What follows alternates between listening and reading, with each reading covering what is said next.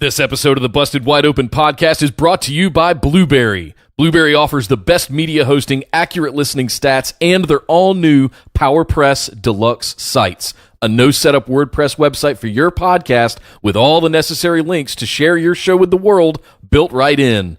If you currently produce a podcast and are looking for a better host, or if you're looking to start a new one from scratch, head over to orbitaljigsaw.com/BWO and sign up for the best media hosting and a PowerPress Deluxe site to get your first month absolutely free. That's orbitaljigsaw.com/BWO, or just use the promo code BWO at checkout for your first month absolutely free. And now, enjoy the show.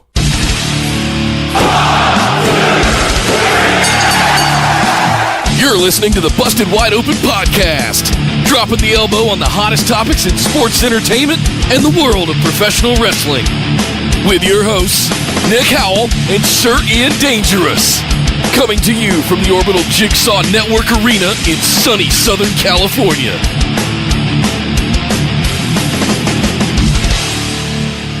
Welcome back to the Busted Wide Open podcast, and if you're joining us for the first time, we are glad to have you on board for episode number 42. This is our recap of Clash of Champions. I'm Nick Howell. And I am Sir Ian Dangerous, and yes, Clash of the Champions, Clash of Champions? It's Clash of Champions. Oh, sorry, I don't want to get fired. Moron. Fired.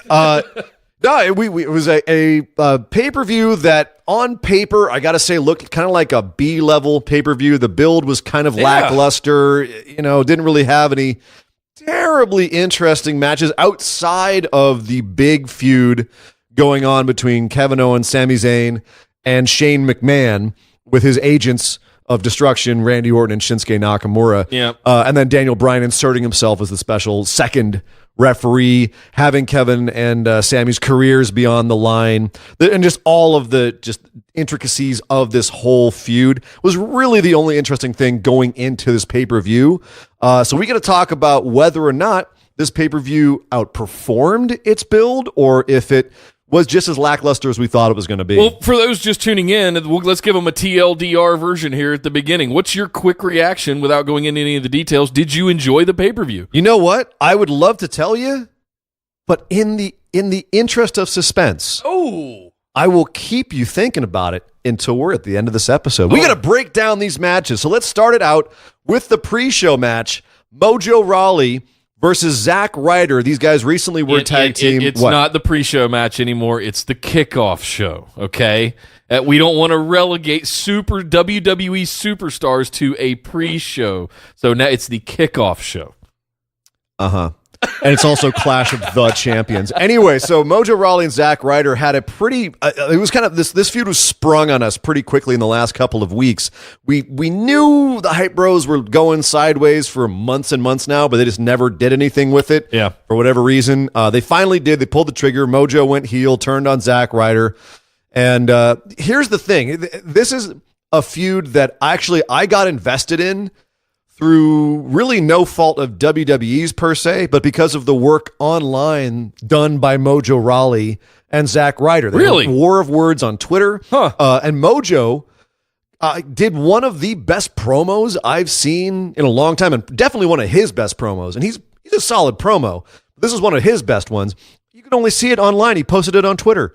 And it was fantastic. It was really good. Got me hyped for this match. And I'll be honest with you, when I saw the match, that added intensity from the feud that they built themselves made this match a bigger deal to me. And in the end, to me, it didn't feel like a kickoff show match. It felt like it had more implications. Unfortunately, I think most of the WWE universe didn't see this stuff, and they didn't really react to a lot of it. But I thought this match was hard-hitting. It had a great intensity, really good intensity. And unsurprisingly, Mojo Rawley proved that Zack Ryder does not have the killer instinct and beat him pretty handily. No, I completely agree. And this was, I could feel the personal side of that in this match. If you talk about story of a match or psychology of a match, I could feel that. There was this kind of brothers feuding kind of mentality going on in the match. You could see the regret or the hesitation in Zack not wanting to hit his friend, and all of that stuff plays into it. And I think it leads into some of that intensity you were talking about. Absolutely. No, it was well played by both guys. Mojo's new solo entrance, I think, is good and will serve him in the future. Yeah. They're definitely, I think, getting back on board the Mojo train, which they should. The guy has a lot of upside. I've come around on him from being completely annoyed by him back in NXT and his first run, and I'm thinking he was kind of sloppy. Yeah. To now, I really do see a lot of upside with this guy. He's not just a linebacker turned loose, running crazy around anymore. I mean, he still is, but in a good way. In a good way. You know what I mean? Not in a Lawrence Taylor way, but in a good way. Yeah. But yeah, I kind of feel like SmackDown Live should have had more faith in this feud, and I can't imagine what else they would have put on the kickoff to put this on the main show, but it is what it is. I don't know if this was the blow-off, if they'll do more with it. I don't know if there's much more to tell. They spent 6 months building to this point. Why would they not? They've invested into it so much. I don't know if I'd call it building. They more kind idling. of like idling, circling the airport with it. But yeah, we both picked Mojo to win this, so we were both right in the pick'ems. Yep. And let's move on and talk about the U.S. title match, the three-way. Okay. This was Dolph Ziggler facing off against Bobby Roode and the United States champion Baron Corbin. For me, this match, I didn't enjoy it as much as I wanted to, and mostly to do with the ending. You know, I don't know where this thing's going to go with Dolph being the title holder with his whole entrance thing. Yeah, we should point out that Dolph was not Dark Horse is putting it too lightly. We both were like, there's no way Dolph is winning this. And I'll be damned, but Baron Corbin got Bobby Roode in End of Days. Dolph sneaks up and gives him a zigzag while he's giving Bobby Roode the End of Days, which I've only seen once before in a match, I believe, with Baron Corbin and AJ Styles back a little while ago, where he did that same move. But this time, the zigzag got him the U.S. title. He won it with that move, and I thought it was a well executed finish. Sure, but I agree, it came out of left frickin' field, and I understand the strategy around it of tying a ribbon or a bow, whatever you will, on the storyline that we've had with Ziggler. As it's kind of gotten a little bit better with the cutting off the music and him just walking out dark, it makes sense now for him to kind of prove that that's possible as an in-ring performer. And look at what I did kind of thing. Sure, and I'm sure he'll have a lot to say this week on SmackDown about to just prove that point. My only concern, and one of the reasons I didn't see Ziggler picking up the win here, is that they have started to stop his push so many times that no one has faith in him getting a push anymore. And I think this is more damaging to Baron Corbin and Bobby Roode, who at this point both could use Roode especially could use a signature win. Oh yeah, and I think that's why I thought he was going to take the belt here. Even regardless of how long he would have held on to it, I think it would have done him the most favor in this threesome. Right, and that was also a similar reason why I picked Corbin, was because I thought that he needed to establish himself as the U.S. champion after having a long run of kind of looking like a doof, with like getting bowled over by Cena and not cashing in and all the rest of it. Right. I thought he could have used a signature win. So this is, I don't know what they're going to do with Roode and Corbin now. If they're going to come back and feud with Dolph more, if this is going to continue. It does, it was weird to have Dolph inserted into this kind of at the last minute, again, with, kind of the build to this show being a little off. So it pays off that last minute insertion of Dolph Ziggler into the match. If that means that in the future now all three guys continue to feud, it does make that three-way feud have a little bit more grist. But at the same time, it's a wait and see situation. We're going to have to wait and see what Dolph does with it and what the other guys do to react. Well, I have a theory that I think they needed to get Baron Corbin back in the Royal Rumble match here in a month, so I think maybe that's why they took the belt off of him, and that led a little bit to my speculation about putting it on Roode as well, plus him needing the push. It just made the most sense. Oh, Corbin back in the Royal Rumble so we can eliminate Braun Strowman again? And have them do nothing with it? We're not going there, but you need saying, your big men in the Royal Rumble match, so that's why. Well, I can't imagine, personally, the Royal Rumble is going to be really interesting this year because there's so many people, so many competitors, and there's only so many singles matches you can have. Yeah. So depending on who is allowed to be in the Royal Rumble, exactly like Corbin, Strowman, like whoever's going to be in it, we're looking like we're going to have Strowman and possibly Kane against Brock Lesnar in a match. So that'll keep him out of the Royal Rumble. So if Corbin's in it, does he have a good showing again? He's shown in the past, at least they seem to book him, so he's good in free-for-alls. Yep. I don't know. Like I said, we'll see going forward. We were both wrong on this match because you picked Roode, I picked Corbin. Neither of us saw Ziggler. I don't think anyone saw Ziggler. So yeah, that was definitely surprising. But it also, when I watched it, I was like, there's a title that changed hands. We were saying before, like, what titles are changing hands on this show? We didn't think any would, and this one did. I thought Rude would walk with this one, but this was the only one that I thought would change hands. Was a possibility, yeah. Well, and on that we were right, because we got to go talk about the tag team championship, which was a 4-way. Usos versus the New Day versus Rusev Day versus Gable and Benjamin, or as we're calling them, American Alpha 2.0. Yeah. This was more proof that the SmackDown Live tag team division is freaking amazing. Yes, it is. We had the New Day and the Usos putting on clinics all year. I believe they had the only tag team match since 2002 that Meltzer gave over 4 stars to, or 4.25.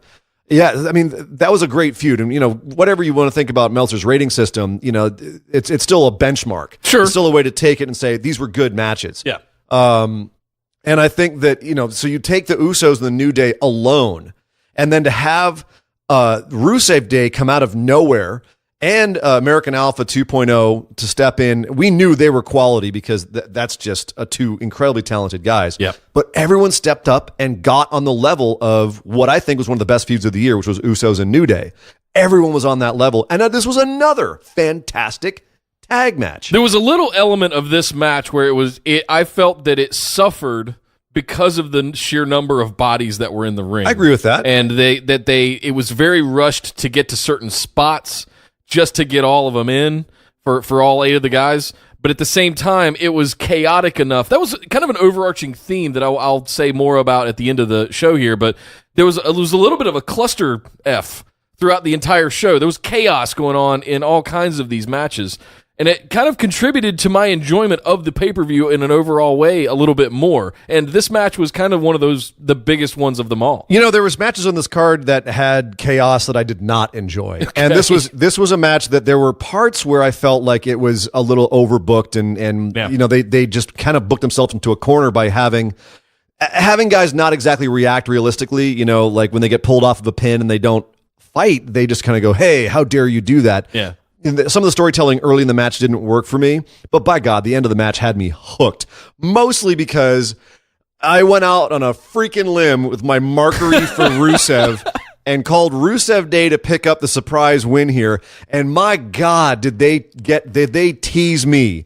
They were tickling my soft spots. And I thought that there was going to be, I thought Rusev and Aiden had it at one point because it looked like they had it, lost it, and then we're coming back, and just the rhythm of it made me think they were going to take it. And it was all, the second half of this match was so well done. Yeah. Really entertaining, and everyone is the so few fantastic. Teases we got to see of Usos and American Alpha 2.0, and especially the Chad Gable exchange when he was going nuts on him was fantastic. Oh, Chad Gable was a monster in this match. If you guys ain't keen on some Chad Gable, be ready. If you like a little guy German suplexing really big dudes, you can watch this match. That guy's a freak. Yep. Unbelievable. And Shelton Benjamin still has it too. He's so nimble. Shelton Benjamin. Yeah, he can still run to the top rope in a split second. And they're a weird team because it's almost like they have the moveset of the other guy's body type. Yeah. You know what I mean? It's like Gable, that's a great way to put it. Gable shouldn't be as incredibly beefy and strong and technically sound as he is. And Shelton Benjamin shouldn't be as athletic and bouncing around the ring and aerial as he is. So they're a joy to watch. And I hope that there's a feud with them going forward. Hopefully for the tag titles. Oh, I think we're getting it. Oh, I think this is coming. I think we saw enough of a tease in this match. There was enough of a focus throughout the time of this match that I wouldn't be surprised if they hit the ground running with that. But they're the more serious tag team at this point. New Day has already had their feud with the Usos. I think Rusev Day is still building. They're not going to be in the title picture just yet. They are kind of going more towards comedy, which will play better with New Day. So yeah, I definitely see it working out, falling into place that way. I can't wait for Breezango to get in the middle of those two. Will they? Because let's talk about Breezango really quickly because we'll skip a match and come back to it. Okay. Hang on. We have to talk about our pick'ems. Oh, yes. That match. Yeah. Because I have to pat myself on the back a little bit here because this was the winner. Oh, congratulations. We both said the Usos are probably going to win. I just went on a limb with Rusev Day because I was my marker Listen got to the him best of me. backpedaling. Listen to me talk about it last week. I prepared you for my potential. I wasn't. This is not even backpedaling. This is me agreeing with my former self that I was foolish in this choice.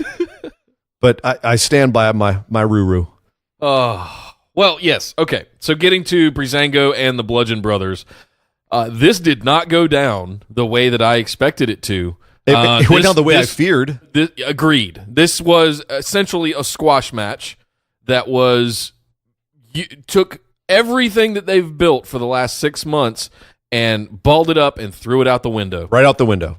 And I was over freaking whelmed that they were this willy-nilly just willing to toss it all aside. They could have had so much fun, Ian, in this match. Just messing with them. Bring the mop and the wigs and the stuff back. And they've got their World of Warcraft hammers and stuff already for the Bludgeon Brothers, but why not make it some kind of thing rather than just a squash in order to put the Bludgeon Brothers over as these monsters? And we already know. This is basically what it was. It was their way of saying the Bludgeon Brothers are monsters. And like you said, we do already know my irritation with this match, with this glorified squash match, was that you took all of this good TV that you had with Breezango, and you basically wasted it. It was in service to nothing, really. And I don't see the point in having them get squashed here and making all the fun that we had with Fashion Files null and void, essentially, and have them have nowhere else to go, really, with it now. I don't get it yet. Maybe there's some plan in the future for them to have an ongoing feud, and eventually there's some more interesting elements that are added into the matches. But this was very disheartening. I will say that when I made my pick last week and I was talking about I did add a 0.5 modifier on this for the Ascension to show up. My thinking behind that and my hope behind that was that they would get beat down by the Bludgeon Brothers, but the Ascension would come out as their friends and have their back, because they're big dudes too, and come out and kind of hold off the Bludgeon Brothers, and that would lead to a feud, and we'd get to, I don't know, see the Ascension wrestle again? So that was where my hopes and everything was lying. But Vince McMahon crushed my dreams, crushed my hopes. Well, we don't know if it was Vince. It could have been Road Dogg, could have been P.S. Hayes, whoever's booking this. But the point is that they didn't bring any of those story elements that Breezango spent months building and having fun with and getting over with. They didn't bring in any of those elements, and the last Fashion Files wasn't even on TV. It was on WWE.com. So it really feels like a waste. The only thing I can say that might be a good look is, if you were right, they're just taking their time to build it. They don't want to unleash the Bludgeon Brothers on the rest of the tag division just yet. They can't yet. No, and if it's one of those things where Breezango comes out of this and said, okay, we learned our lesson, we can't go into this just straight at them. And there's actually a story that they build from this squash match, which is possible. Yeah.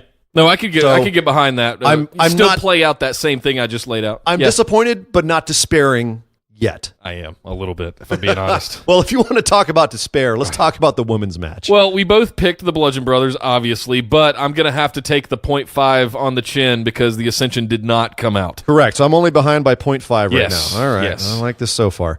The women's match, the Lumberjack match. This was the low point of the pay-per-view. DOA, as far as I'm concerned. As soon as they booked it, I just, nope. At least the Bludgeon Brothers and Breezango match had some good big hits. Yeah. This was bad on so many levels.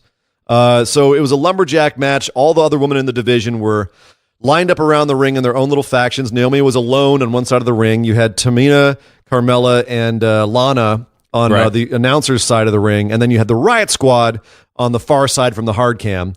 And everyone, it was basically somehow, I guess, Natalya got everyone on her side. So every time Charlotte got thrown out, she got beaten up. And every time Natalya got thrown out, she was kind of gently put back in the ring. And then aside from that, it was basically Charlotte versus Natalya. But the whole story was that Charlotte kept getting beat up and beat up and beat up and beat up. And Natalya still couldn't beat her. And at the same time, the Riot Squad looked like absolute goons in this whole thing. Like they looked like they were useless, had no idea what they were doing, which is really sad because, I'm a fan of Ruby Riott especially. Yeah. And at this point, especially compared to the stuff that's going down on Raw, we keep saying this, like, it's not working. They look like a pale shadow of Absolution right now. They look terrible. And all the chaos that happened with this match didn't service the match. It was a mess. It was a kerfuffle. I thought this whole thing was terrible. Charlotte retained. Whoop-de-doo. And I think we both called that, correct? We did both call that. One thing I didn't call was Natalya having a bizarre, like heel monologue afterwards. Yeah. In which she said that she was turning her back on the audience because they had turned their back on her and left crying. I don't know if this is their way of writing her off TV for a while, which maybe they should. But it was another weird moment. This whole thing was just definitely the low point of the show. Well, I don't know, man. I've been watching Total Divas, and her and Lana have got a thing working right now that if they could bring that to the ring, that would be, it would be terrible. I don't know what I'm talking about. It's stupid. Maybe we can have Eva Marie come back while we're at it, Nick. Come on. Well, hey, moving on. We have to go talk about what I considered the match of the night, which had absolutely nothing to do with the performance that went on in the ring. I was going to say. And this was the weird irony of this. So, yes, I'm talking about Owens and Zayn facing off against Orton and Nakamura for the first time that as far as I understand, in history, we've had two special guest referees in the ring at the same time, both counting. Technically, I believe this is the second one, and they forgot one back in the 90s or early 2000s with, I believe it was Shane McMahon and Shawn Michaels were both refs. Huh, okay. I That believe, does make sense. I have to go look at it again. I know there was another match with two refs in it, and them saying it was the first one is a complete bald-faced lie. But it's fine. We had two refs. We had Daniel Bryan and Shane McMahon. We had a ton of very complex storyline leading up to this. Everyone had their own different layers of motivation, and I have to say, I agree with you. From a technical standpoint, the wrestling in this match was pretty garbage. Yeah. There was a lot of headlocks. There was a lot of pauses, and the whole point of this match was the story between Shane and Daniel Bryan and how they were going to react to the different situations that were presented by the wrestlers in this ring. And I think we both alluded to this last week when we were doing our pick'ems on this, was we were like, I don't really care who wins. It's more about what goes on between Shane and Daniel. And that's the way it played out. Yeah, and it was very entertaining from a storyline standpoint. I definitely didn't have to sit there and think about how well moves were executed. I was thinking more about at what point will Shane try to screw them over? At what point will Daniel Bryan try to save it? What will be the fallout from that? And the way that it went down was that Sammy finally eats an RKO.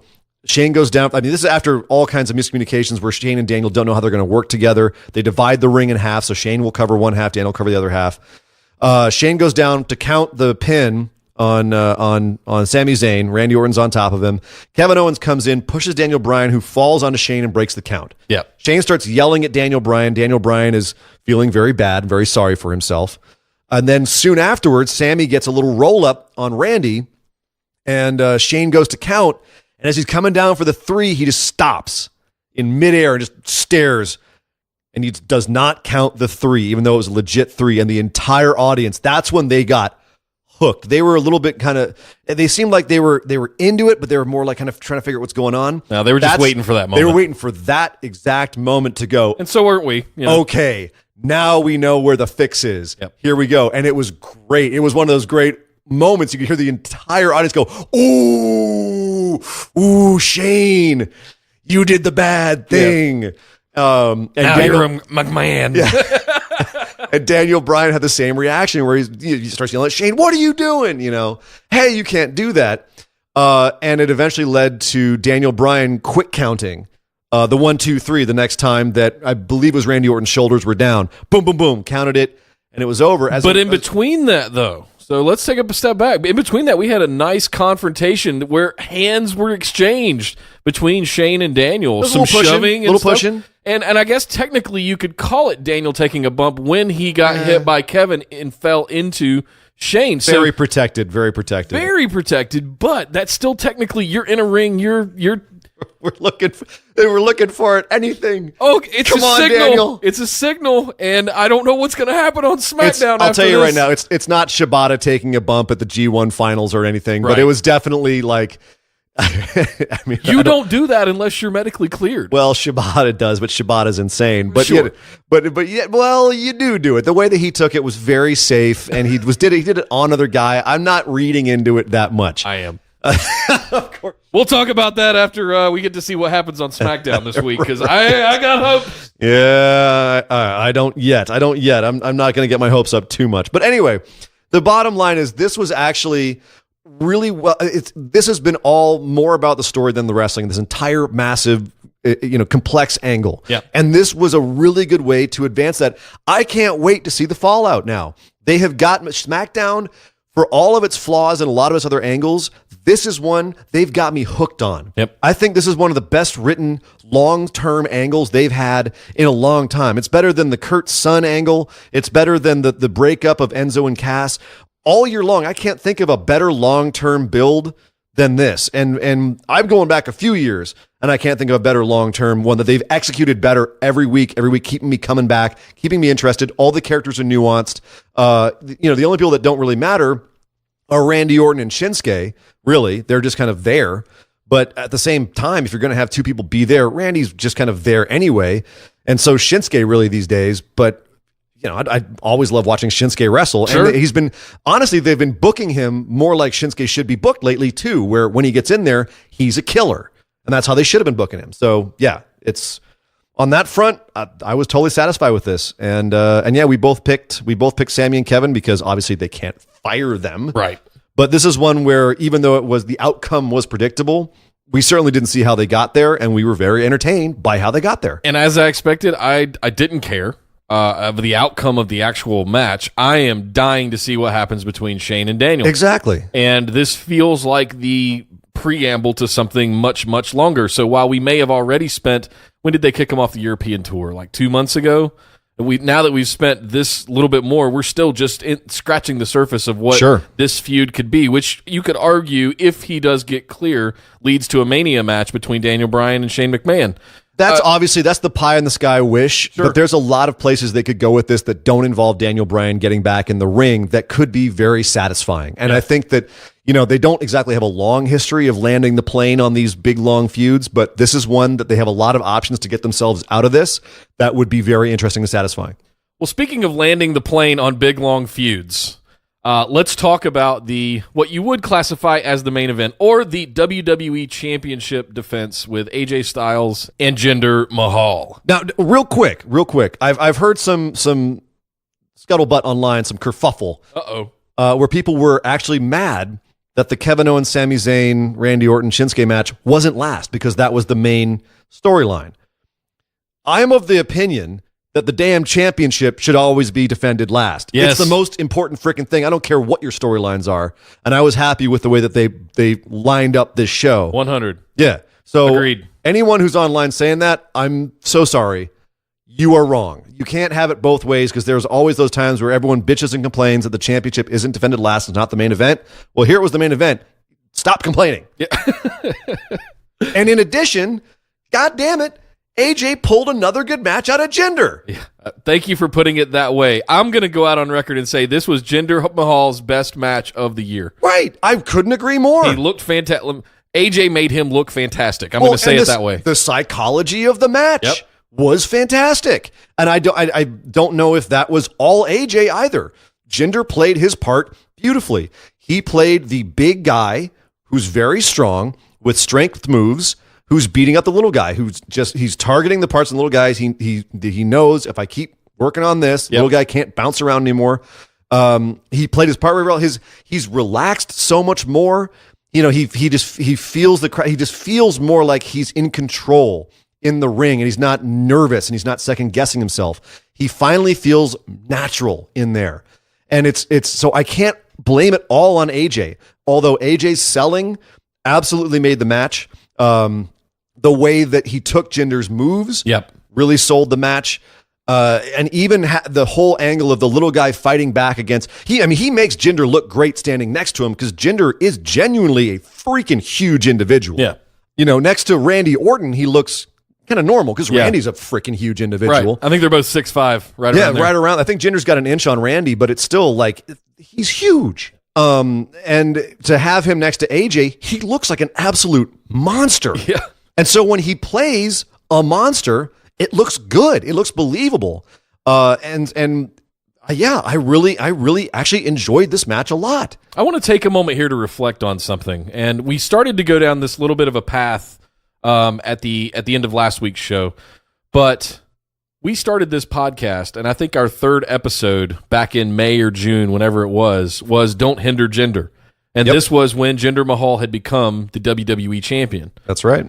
So we're looking at 6 straight months here of a Jinder Mahal reign. If you cancel out kind of the last month with AJ taking it off of him, it's been Jinder Mahal for the last 6 all year pretty much. For the the run of our podcast, right? Jinder Mahal has reigned supreme.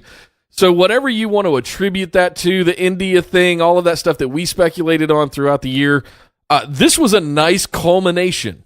If you had told me back in June that, no, Nick, it's going to be okay, this is all going to end with AJ Styles becoming WWE champion and giving Jinder Mahal one of his best matches of the year, I probably wouldn't have believed you, first of all. I was going to say. Second of all, it would have been more, okay, well, I guess I could live with this for 6 months then? I would have said no if you would have told me who he would beat along the way and how he would beat them and how just unpleasant a lot of his title reign was. Yeah. But this brings me kind of to the point of where do we go from here with Jinder? Now that he's lost it to AJ and he lost his rematch that he invoked, where does Jinder go leading into the Rumble and into 2018? Is there any story that he fits into? Are there any superstars on SmackDown Live that are at the top of the card that he can continue to have a feud with?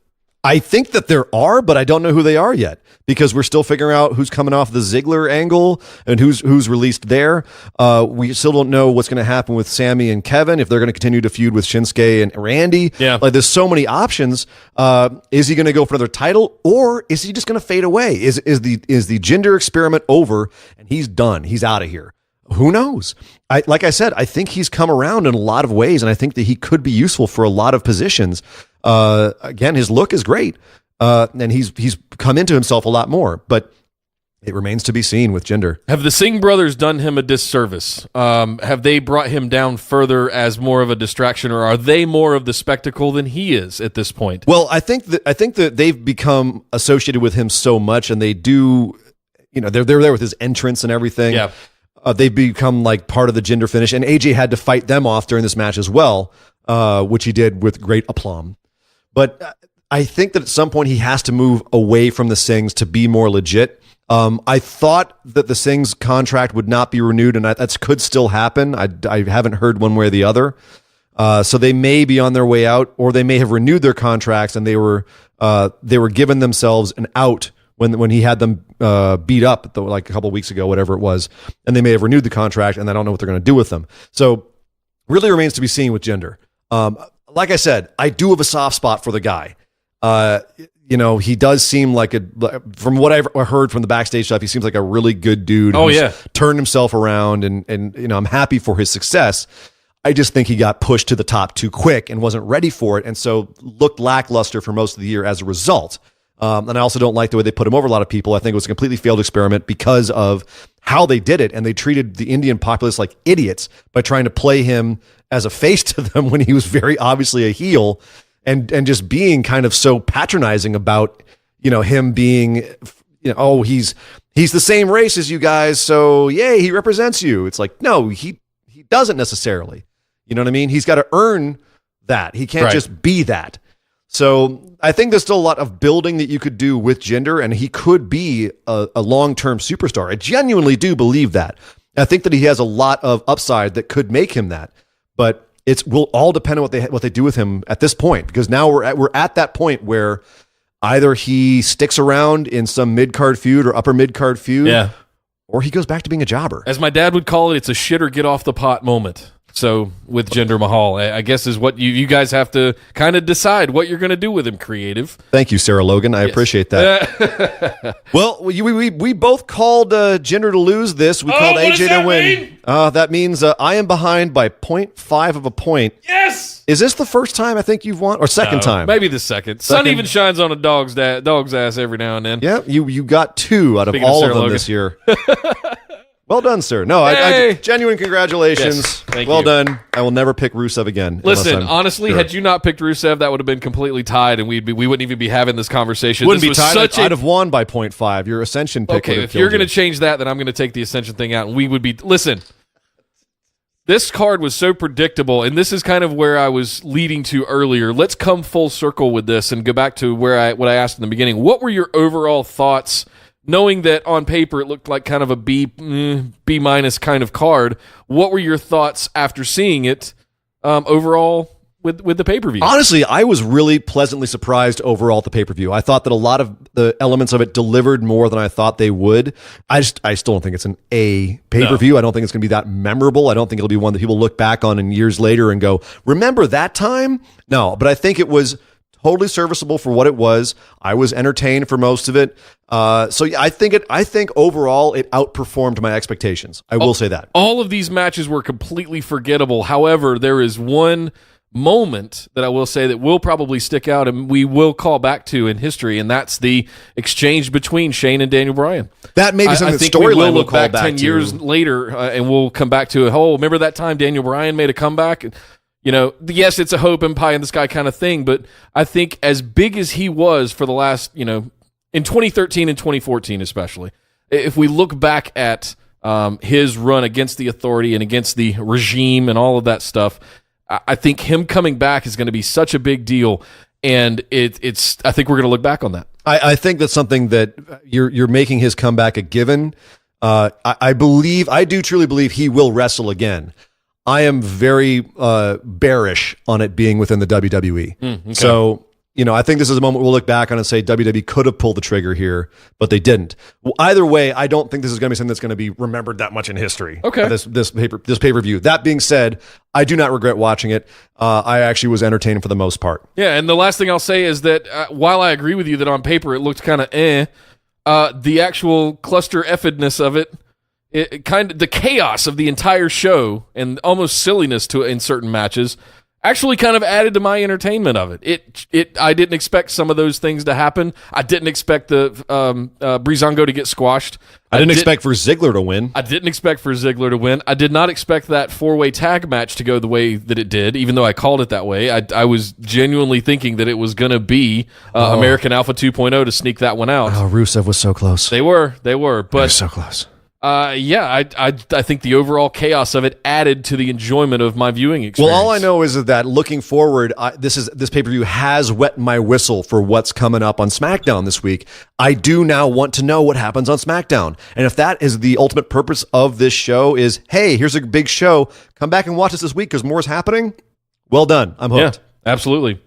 Well, there you go, guys. That's our recap of Clash of Champions, the SmackDown Live pay-per-view. We are on the road to the Royal Rumble, roughly about 5 to 6 weeks away at this point, so definitely looking forward to that one. It's the first Big Four. We get on the road to WrestleMania, which, frankly, I think we're already on that road. We're just leading to some certain things that are going to be speed bumps along the way. Yes, speed bumps, or we could come across a roadblock, Nick.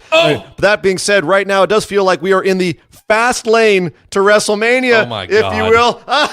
Oh boy! See what I got to deal with, guys. This is the puns. Hey man, it's not me. This is WWE. I'm just regurgitating what I'm given. Road to WrestleMania is a fast lane, but with some roadblocks in the way.